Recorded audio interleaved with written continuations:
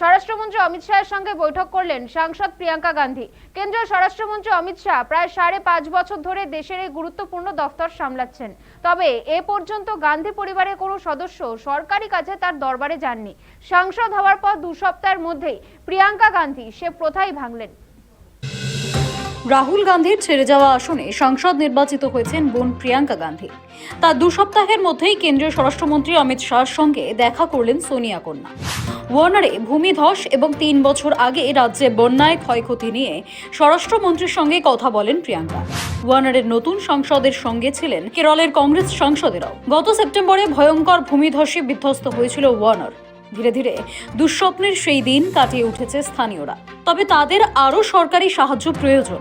প্রাকৃতিক দুর্যোগ মোকাবিলা সংক্রান্ত বিষয়ে দেখভাল করে থাকে স্বরাষ্ট্র মন্ত্রক। সেই কারণেই শাহী দরবারে যান প্রিয়াঙ্কা। ধস পরবর্তী ওয়ানারে ত্রাণ বাড়ানোর দাবিতে কেন্দ্রীয় স্বরাষ্ট্রমন্ত্রীর দ্বারস্থ হন সেখানকার সদ্য নির্বাচিত সাংসদ। প্রিয়াঙ্কা মূলত ওয়ানারে ভূমিধস এবং 3 বছর আগে রাজ্যের বন্যায় ক্ষতিগ্রস্তদের জন্য সাহায্য চেয়ে স্বরাষ্ট্রমন্ত্রীর দ্বারস্থ হয়েছিলেন। প্রিয়াঙ্কার সঙ্গে কেরলের অন্য কয়েকজন সাংসদও শাহী দরবারে যান। প্রিয়াঙ্কার অভিযোগ, ওয়ানারে ত্রাণ বিলির ক্ষেত্রে কেন্দ্র এবং রাজ্য 2 সরকারের তরফেই গড়িমসি রয়েছে। এই মুহূর্তে ত্রাণ না পেলে ধস কবলিত এলাকায় মানুষের মনে প্রশাসনের প্রতি নেতিবাচক মানসিকতা তৈরি হবে। We have given representations to the Prime Minister also, Home Minister also. The devastation that has happened in that area is complete. It is a small area in which whatever was in the way of the river, when the river changed course, it has taken away. So it is not just a question of people losing one member of a family, or maybe some part of their home, or some part of their life. The people who are affected have lost absolutely everything. There are people who have lost every member of their family, young children. They have no support system.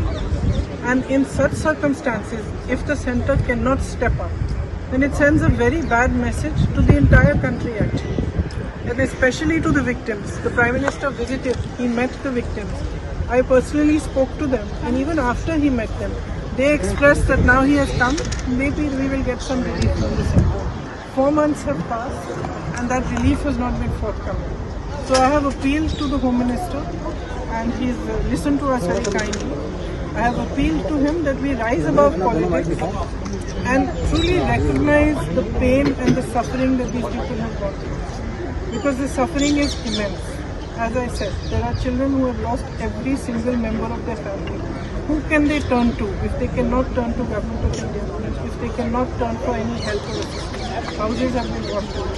Everything has been washed away.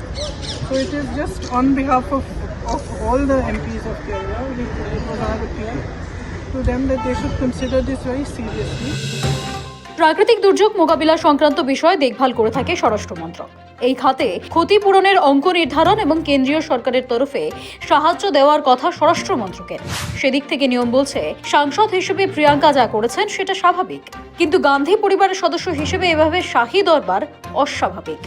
Amit Shah 2019 থেকে স্বরাষ্ট্র মন্ত্রক সামলাচ্ছেন। ওয়ানারের ভূমিধস নিয়ে রাহুল এবং সোনিয়া গান্ধী তার সাবেক লোকসভা কেন্দ্র রায়বরেলির বন্যায় কেন্দ্রীয় সাহায্য চেয়ে কখনো অমিত শাহর কাছে দরবার করেননি। রাহুল আমেঠির সাংসদ থাকাকালেও সেখানে বন্যায় ক্ষতিপূরণে কখনো শাহীর হস্তক্ষেপ চাননি। যদিও 2 বার তিনি প্রধানমন্ত্রী নরেন্দ্র মোদীর কাছে কংগ্রেসের প্রতিনিধি দল নিয়ে গিয়েছিলেন, কিন্তু এতদিনে সোনিয়া গান্ধী বা রাহুল গান্ধীরা কেউ অমিত শাহর সঙ্গে দেখা করেননি। এমনকি প্রধানমন্ত্রীর সঙ্গে একান্ত সাক্ষাৎও এড়ানোর চেষ্টা করেন গান্ধী পরিবারের সদস্যরা। সেই রীতি ভাঙলেন সোনিয়া প্রিয়াঙ্কা গান্ধী। শাহের কাছে তিনি ওয়ানারের ক্ষতিপূরণে 2000 কোটি টাকার কেন্দ্রীয় সহায়তা চেয়েছেন। ব্যুরো রিপোর্ট, সময়, কলকাতা।